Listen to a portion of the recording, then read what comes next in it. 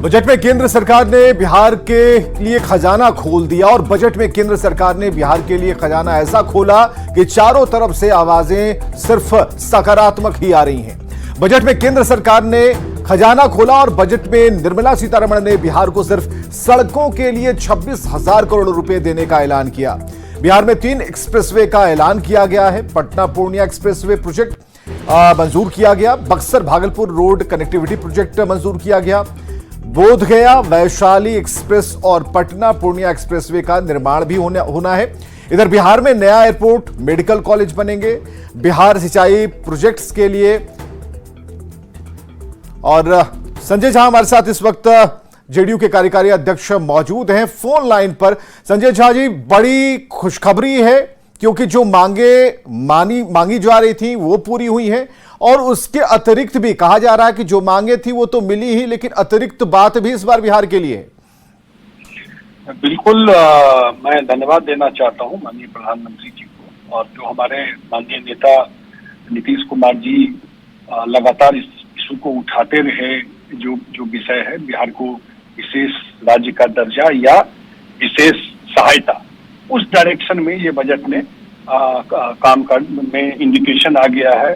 जो पूरे बजट में खास करके हाईवे में जो पैसा दिया गया है 26,000 करोड़ रुपया, इसके अलावा पिरपैती में जो बिजली का के लिए पैसा दिया गया है जी। और इसके अलावा सबसे इम्पोर्टेंट चीज जो है जो बजट में है, मुझे पर्सनली पूछिएगा क्योंकि मैं जल संसाधन विभाग का मंत्री भी रहा, जो उत्तर बिहार मिथिला कोसी और ये पूरा बेल्ट में जो फ्लड आता है और उसके वजह से हजारों करोड़ का लॉस होता है, और कितना दिन से चल रहा था कि कोसी में हाई डैम बनेगा, और इस विषय को मैं जब से मंत्री बना खास करके या उससे पहले भी एमएलसी था, लगातार उठाता रहा इस विषय को। उस डायरेक्शन में पहली बार कंक्रीट इनिशिएटिव शुरू हुआ है। 11,500 करोड़ रुपया दिया गया है कि कोसी मेची इंटरलिंकिंग के लिए और कोसी का और जो अन्य नदी है उसका बिहार के क्षेत्र में बराज बनाने के लिए, और उसमें फर्दर स्टडी के लिए भी डिटेल देखिएगा तो, और बजट में, और उसमें और अगर जैसे जरूरत होगा तो उसमें और पैसा दिया जाएगा। और अभी मैं वित्त मंत्री जी से पीछे मिला था, उन्होंने एक टीम भी बनाया था, टीम बिहार आई थी इसी बाढ़ की समस्या को लेकर के, और मुझे लगता है कि सबसे बड़ा डिसीजन है। अगर इसके प्रभाव को हम लोगों ने कम कर दिया, जो कि अब बिल्कुल उस डायरेक्शन में काम शुरू हो गया। आप जानते हैं कि उत्तर बिहार से खास करके जितना बड़ा माइग्रेशन बाहर होता है, वो लोगों का माइग्रेशन बाहर जाने का वो कम हो जाएगा। लोगों को सिंचाई की सुविधा मिलेगी, बाढ़ का प्रकोप कम होगा, लोग खास करके जो हजारों करोड़ बिहार सरकार का बाढ़ के वजह से नुकसान होता है वो बचेगा। तो ये गेम चेंजर हो जाएगा इस सारा चीज को लेकर। तो मुझे सबसे बड़ा बात ये लगता है कि इसके अलावा जो 2-3 चीज महत्वपूर्ण और अनाउंसमेंट है, जैसे गया में इंडस्ट्रियल कॉरिडोर का मेन हब बनाने का, अब 1100 एकड़ जमीन एक्वायर किया हुआ है, ये तो टर्न अराउंड कर देगा इंडस्ट्रियल डेवलपमेंट। उसी तरह नया एयरपोर्ट, नया मेडिकल फैसिलिटी और स्पोर्ट्स सेंटर इसके लिए दिया गया है। मैं इतना जरूर आपके माध्यम से बता सकता हूं कि ये शुरुआत है, ये अंत नहीं है, ये शुरुआत है, और अगले 5 साल में बिहार का कायाकल्प होने वाला है। आपने जल की बात की, जल के संसाधन की बात की, लेकिन उस जल को लेकर जो आपके प्रयास रहे, जिसकी बराबर आपकी सराहना होती रही, सिंचाई प्रोजेक्ट्स को लेकर भी 11,500 करोड़ दिए जाने की बात आई। तो इस पानी का उपयोग भी करना होगा, रोकना नहीं बल्कि उपयोग भी करना होगा। तो इससे कई चीजें लिंक होती हैं और इस लिंक को हम उस पलायन से भी लिंक करते हैं जिसकी चर्चा बराबर होती है कि नहीं, यहाँ के लोग दूसरे प्रदेशों में जाते हैं। तो इसे कितना बड़ा आप गेम चेंजर मानते हैं? बहुत बड़ा गेम चेंजर। मुझे आप पर्सनली पूछिएगा इस बजट का एक सबसे बड़ा टेक अवे क्या है, तो वो है फ्लड मिटिगेशन और बराज बने। इस महत्वपूर्ण बजट के लिए मैं सभी देशवासियों को बधाई देता हूं। वित्त मंत्री निर्मला सीतारमण जी और उनकी पूरी टीम बहुत बहुत बधाई की पात्र है। साथियों, ये बजट समाज के हर वर्ग को शक्ति देने वाला बजट है। ये देश के गांव, गरीब किसान को समृद्धि की राह पर ले जाने वाला बजट है। पिछले 10 वर्षों में 25 करोड़ लोग गरीबी से बाहर निकले हैं।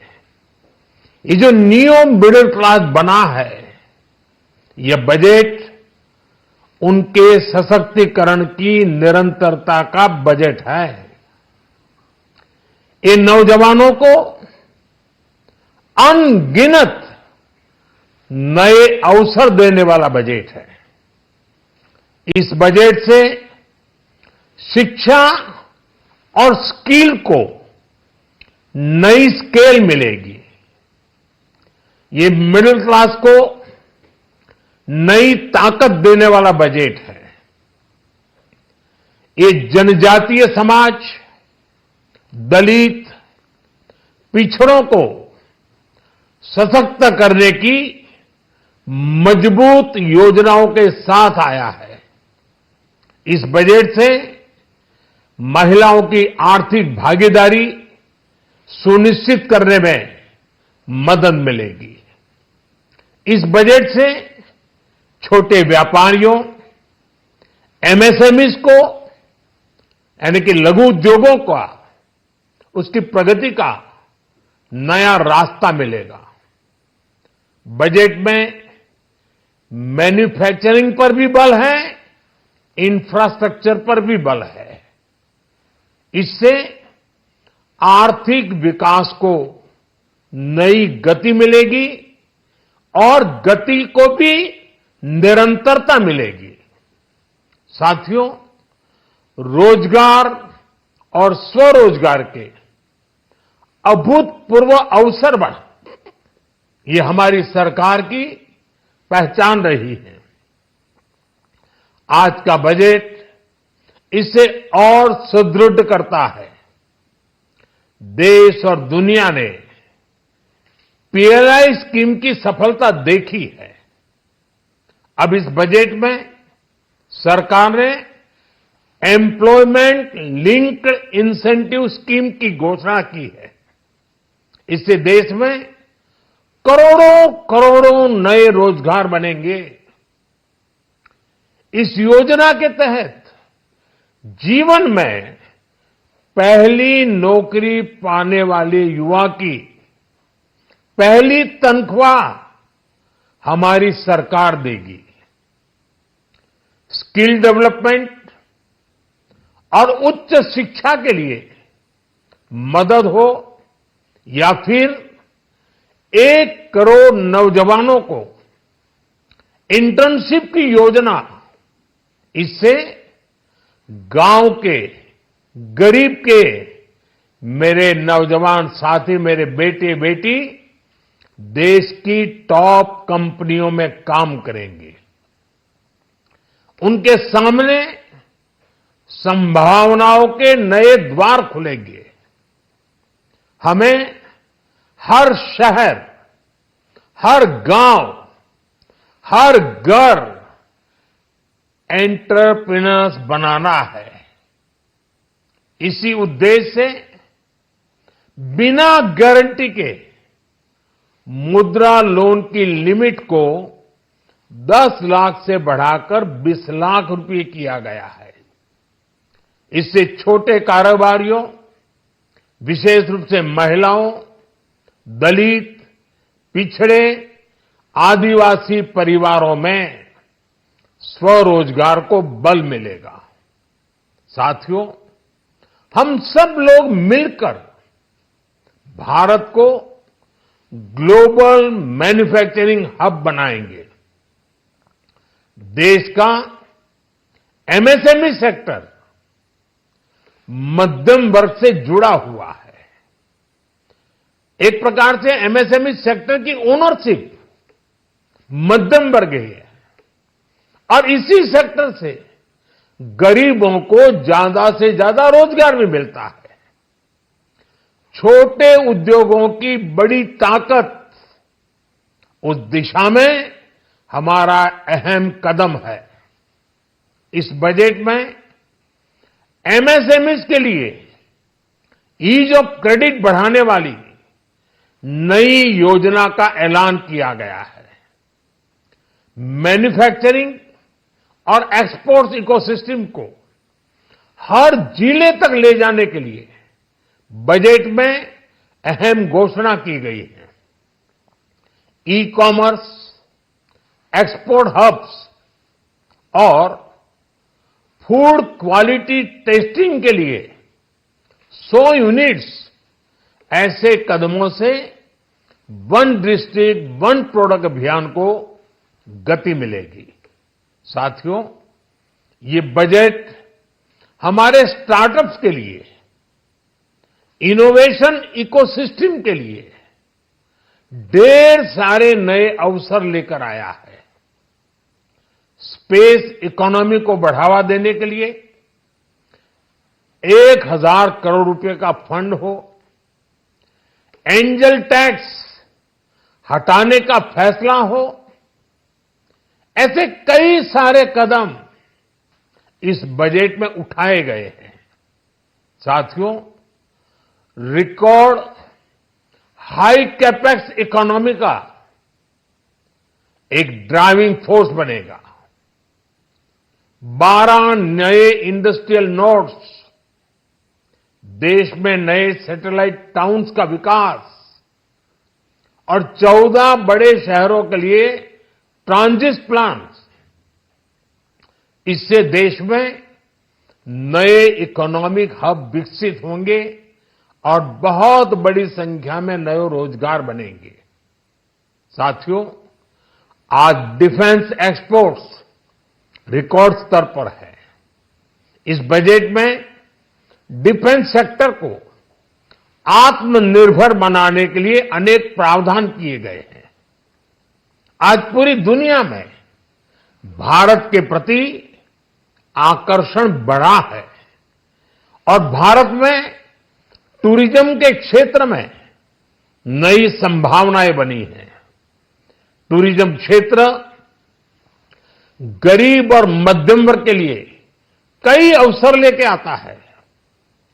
इस बजट में टूरिज्म क्षेत्र पर भी विशेष बल दिया गया है। साथियों, एनडीए सरकार ने पिछले 10 साल में ये सुनिश्चित किया है कि गरीब और मध्यम वर्ग को लगातार टैक्स से राहत मिलती रहे। इस बजट में भी इनकम टैक्स में कटौती और स्टैंडर्ड डिडक्शन में वृद्धि का फैसला लिया गया है। टीडीएस के नियमों को भी सरल किया गया है। इन कदमों से हर टैक्स पेयर को अतिरिक्त बचत होने वाली है। साथियों, देश के विकास के लिए भारत के पूर्वी क्षेत्र का संपूर्ण विकास पूर्वोदय के विजन द्वारा हमारे इस अभियान को नई गति, नई ऊर्जा मिलेगी। हम पूर्वी भारत में कई महत्वपूर्ण इंफ्रास्ट्रक्चर जैसे हाईवेज, वाटर प्रोजेक्ट्स और पावर प्रोजेक्ट्स का निर्माण कर विकास को नई गति देंगे। साथियों, इस बजट का एक बहुत बड़ा फोकस देश के किसान है। अन्न भंडारण के लिए दुनिया की सबसे बड़ी स्कीम के बाद अब हम वेजिटेबल प्रोडक्शन क्लस्टर्स बनाने जा रहे हैं। इससे एक और छोटे किसानों को फल, सब्जियों, अन्य उपज के लिए नए बाजार मिलेंगे, बेहतर दाम मिलेंगे। तो दूसरी ओर हमारे मध्यम वर्ग के लिए फल, सब्जियों की उपलब्धता बढ़ेगी और परिवार के लिए पोषण भी सुनिश्चित होगा।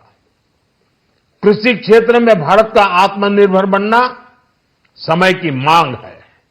इसलिए दलहन, तिलहन की पैदावार बढ़ाने के लिए किसानों को मदद की घोषणा की गई है। साथियों, देश में गरीबी समाप्त हो, गरीब का सशक्तिकरण हो, इस दिशा में भी आज के बजट में प्रमुख घोषणाएं की गई हैं। गरीबों के लिए 3 करोड़ नए घर बनाना तय हुआ है। जनजातीय उन्नत ग्राम अभियान सैचुरेशन अप्रोच के साथ 5 करोड़ आदिवासी परिवारों को मूलभूत सुविधाओं से जोड़ा जाएगा। इसके अलावा ग्राम सड़क योजना 25,000 नए ग्रामीण क्षेत्रों को ऑल वेदर रोड से जोड़ेगी। इसका लाभ देश के सभी राज्यों के दूर दराज गांवों को मिलेगा। साथियों, आज का बजट नए अवसर, नई ऊर्जा लेकर आया है।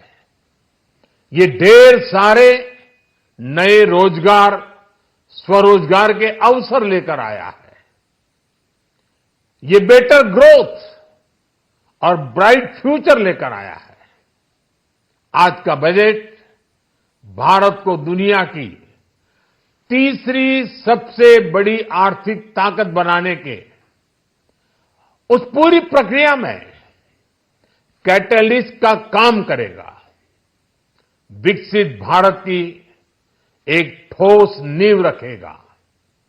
सभी देशवासियों को बहुत बहुत शुभकामनाएं। तो बजट पर प्रधानमंत्री नरेंद्र मोदी को आप सुन पा रहे थे। कैसे ये बजट बेहतर है और हर बार से ज्यादा बेहतर है, ये बताते हुए प्रधानमंत्री उन्होंने बताया कि पूरे देश के लिए, पूरे देश के विकास के लिए इस बजट में जो प्रावधान किए गए हैं, बहुत सोच समझ करके ये सारे प्रावधान किए गए हैं। किस तरीके से जो प्राकृतिक जो ऊर्जा है उसे संरक्षित करते हुए उस दिशा में भी काम करना होगा। और कई जो विशेष पैकेज हैं, वित्तीय पैकेज हैं, उन पर उन्होंने बात की। सर्विस, मैन्युफैक्चरिंग, एमएसएमईज के पैकेजेस की उन्होंने सराहना की।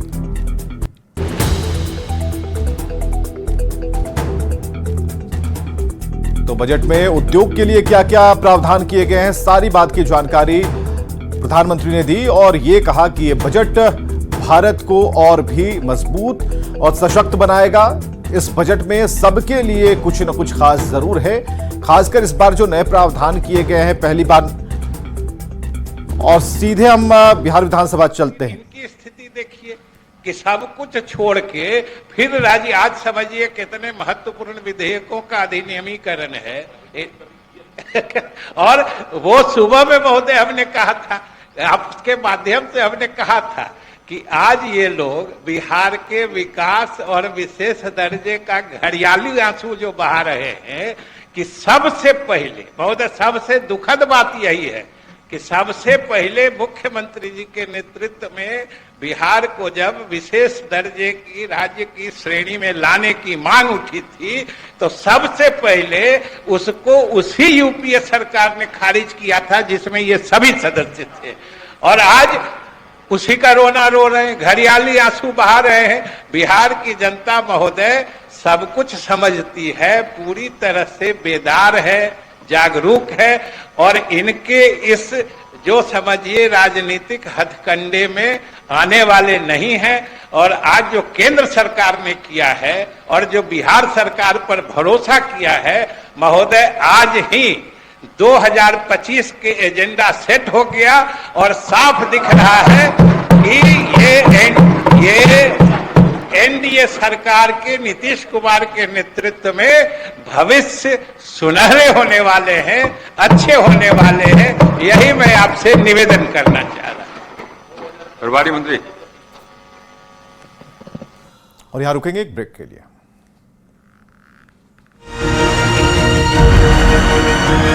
As a tourist center, besides reviving Nalanda University, इस बार के बजट प्रधानमंत्री जी को, गृह मंत्री जी को और वित्त मंत्री जी को धन्यवाद देते हैं।